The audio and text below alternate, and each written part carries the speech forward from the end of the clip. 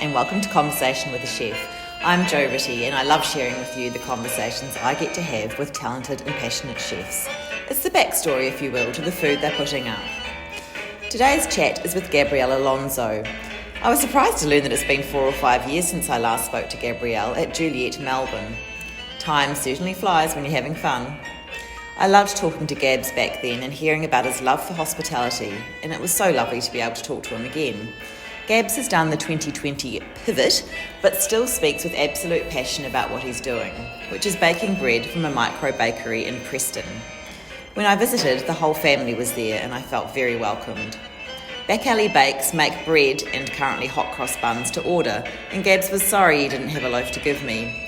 But he did give me a bag of tomatoes from his garden and some beautiful thoughts about baking bread, embracing change and living life the way you want to.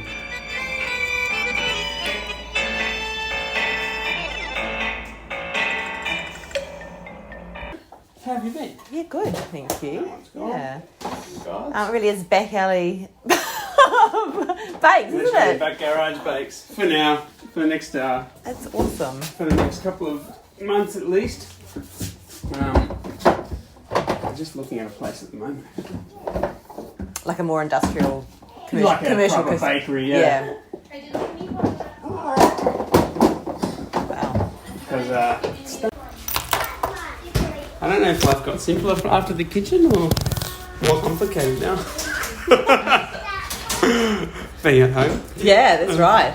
So, when did I talk to you? Was it 2 years ago? No, it would have been longer. Yeah. Maybe like 2016, 2017. Wow, that was a long time ago. Yeah. I don't know, sometimes time Flies. does fly. It Yeah. really flies. So, did you stay at Juliet for that? I was there, I think, until Christmas 2017, 2018. One of those years, it's a bit blurry. And then kind of decided to get out of the kitchen. I went into food service for a while. Okay. So I was working with a farmer-owned beef company, repping for them as well as kind of processing all that kind of thing. So that was for a year.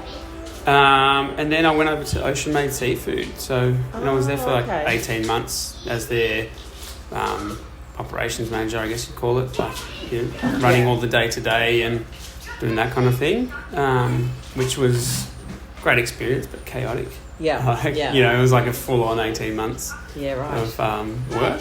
Yeah. And then COVID hit. It's like, Yeah. And because bread, everyone baked bread in COVID. Yeah. and many chefs put photos of loaves cut in half, showing the air and the whatever on Instagram. The crumb. What is it about bread? Because you obviously have a real passion now for bread, and I read that you spent some time at James Fisher at Cannibal Creek. Yeah. But maybe tell me what's your journey with bread? Yeah, so back at Juliet when we started, I actually met James. We did Giselle, the head chef at Punch Lane. We did a one-day masterclass with him. Got to know each other, got really passionate about it then, and started using his product in the restaurants. And I kind of became obsessed with bread. So like that kind of became my thing downstairs, was just making bread all the time and experimenting and that kind of thing. And then, so then once moved away from Punch Lane, still made bread at home sporadically, then just got too busy for it. And once COVID hit, it was kind of like, all right, I'm actually enjoying this. This is what I love. Tried everything else, And a couple of months into doing nothing, I just said, why don't we just give it a crack? And I started putting a couple of loaves out there, found our oven, and it just started that way. Yeah, wow. We don't, that's it. It was just kind of a spur of the moment thing. If we weren't going to do it then, we'd never do it. It's just, we'd just go back to working somewhere. And it's amazing because you're in control, aren't you? And you're doing it, as a family and... Yeah, exactly. So like Alana does all of the media stuff. She, manages across the board all of the stuff that, I'm not that great at. I'm good at making bread. Yeah.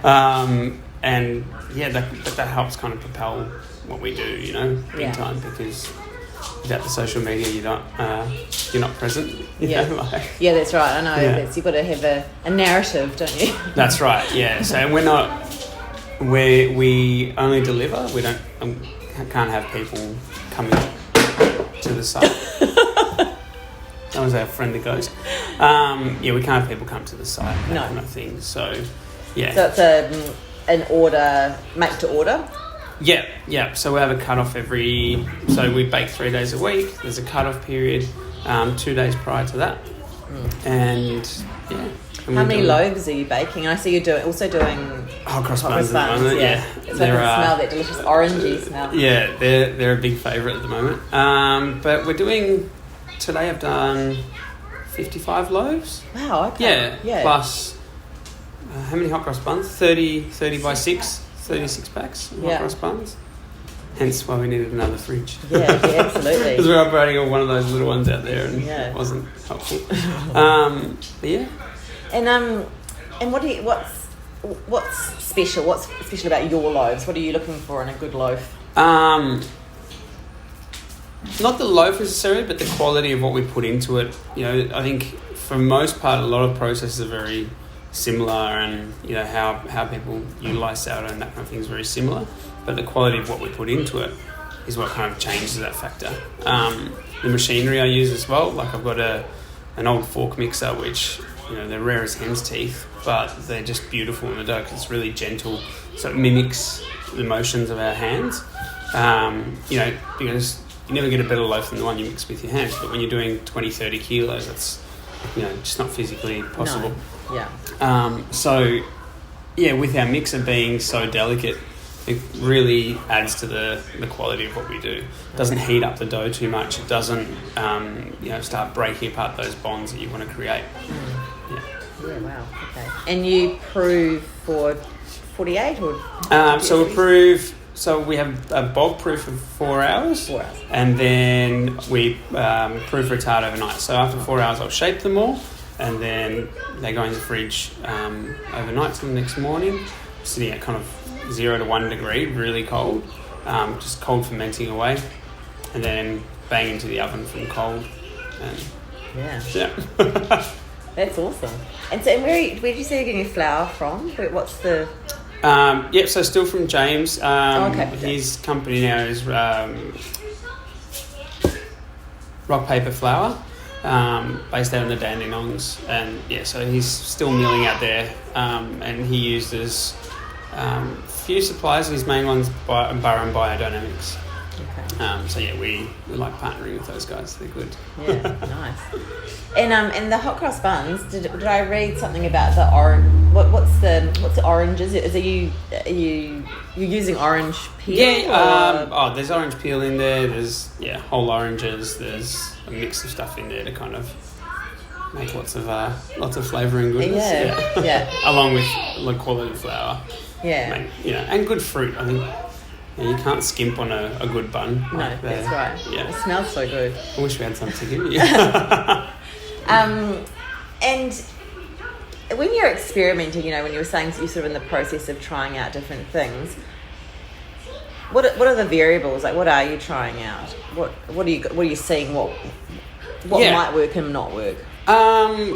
Things like hydration. So, every flour is different as well. So, like with the flour we use, if you're going too far with too much water into that mix, you're not going to get the best result. But you always want to push the boundary of how far you can go to get a really moist loaf that gives you a nice, open crumb. But if you go too far down that spectrum, you end up with something that's flat and dense because the wheat can't hold that much water. Yeah. This is a stepping stone for us until we can find the right location and grow. Which is not far away. We've found a spot, and that's going to be the next couple of months, which will be good. But the intention was always to kind of grow. The garage is kind of the thing that was like, all right, let's rip the Band-Aid off and give it a crack and see how it goes, which worked. So on your baking days, which I guess is so you're making on the day before, and then I was telling someone about you and how you switched from being a chef to being a baker, and they were saying, oh, you kind of switched one, like late nights for early mornings. But are there early mornings? Definitely. I, having worked at Ocean Maid, being in seafood, I got used to that. You're up at 3-4 in the morning.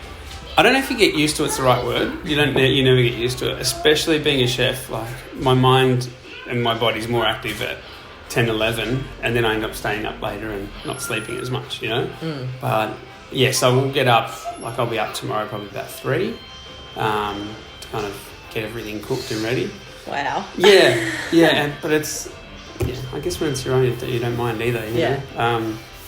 Some days it's a bit harder than others, especially if you had a late one, but, And are they domestic customers or cafes and things? Predominantly domestic customers. A lot of people order online for home. Got a friend of ours at Vapene in Northcote, Mario, so they've been doing some bread for him as well, and we've partnered up with a co-op called the Whole Foods Unwrapped Collective, which is just great because they don't, they want minimal to zero packaging, and that was their whole ethos was, let's start, we still want good food and good quality products, but we want to reduce the amount of packaging. So they tried our bread, approached us, and we've got a really good relationship with them now. So how does it come? Do you just still in a paper bag, because obviously paper bags compostable, recyclable, sure, and that kind of thing. But it's sometimes, like with our wholesale customers, we just come with a bread tray and it's there because they're going to use it straight away. Until then, hopefully we can get some little bags happening, and then people can just use their bags. That'd be great. And so going forward, like obviously the hot cross buns are seasonal. Are you always going to have something that's the bread and then something else, or are you going to do different kinds of bread? Or we're always experimenting with different kinds of bread. We will move into a different bun down the line. I'm enjoying the buns. I really like those. So I've already got my kind of next special in mind. But we will do a few different things. I mean, initially we were like, we'll do pastry and we'll do this and that. But it's like, where am I going to fit a pastry sheeter in there? And it's just, it gets too hot. And so we're just like, no, stick to one thing, do it really well, and have, things that are manageable, like the buns, in between that. And once we get our space up and running, we want to have a dedicated pastry kitchen as well as the bakery. And kind of, find some good chefs or ex-chefs or pastry chefs or whoever wants to come for the ride and make it happen that way. Yeah. And Alana's so good with the Instagram. She's amazing. And I was saying the narrative's so important, isn't it? When you've got a business, you've got to tell the story of the things. But it seems like you both get so much joy out of this pivot. And that really comes through. Tell me about it.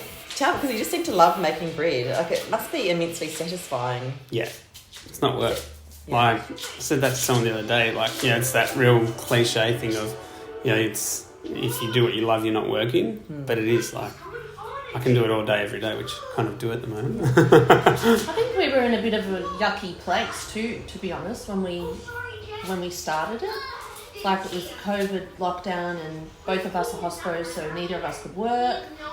We were at home with our kids, and it was like, oh, this sucks, and a bit scary at first. And I think we've always, both being hospitality background, we've always both spoken about opening our own thing, but we've never been able to kind of just stick to one idea. It was always, maybe we'll do this, maybe we'll do that. And I guess just having little kids, that was ever evolving because everything was changing. And and then just Gabs just had a lot more time, just doing more baking. And so then we just kind of were like, oh, how good's this? Maybe we could just try this. Great. Yeah. And so it kind of started there, and it was a really nice little focus, I guess, a project, something for us to put our energy into. And I guess it was a bit word of mouth at first, and then... Yeah, like we've got beautiful community here, and I guess Evie being at school, that was our first port of call, was just the school well, first actually it was Gabs just giving out bread to the whole neighbourhood. Yeah. Thank you so much.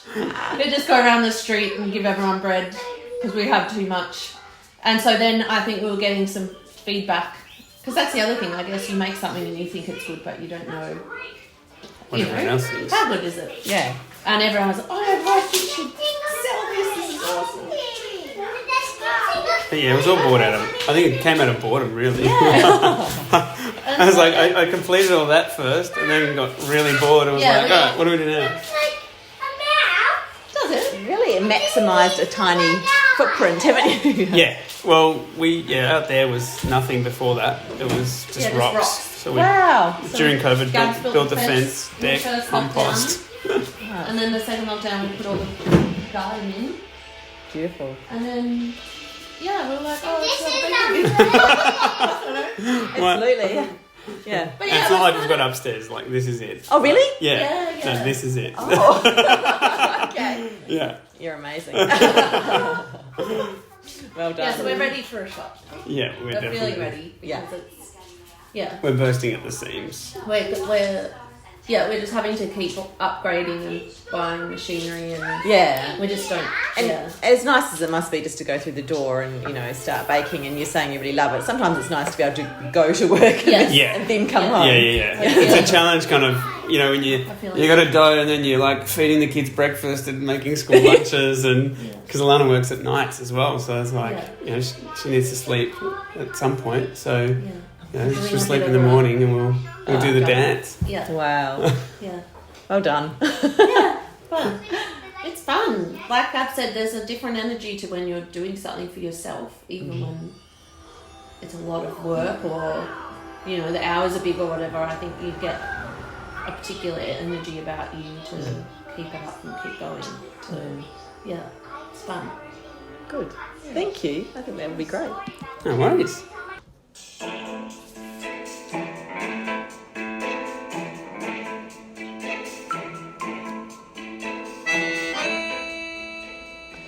You've been listening to Conversation with a Chef. I'm Jo Ritty, and thank you so much for joining me today. If you'd like to read the full transcript of the conversation, you can go to www.conversationwithachef.com or follow me on Instagram so you'll always be up to date with the latest conversation.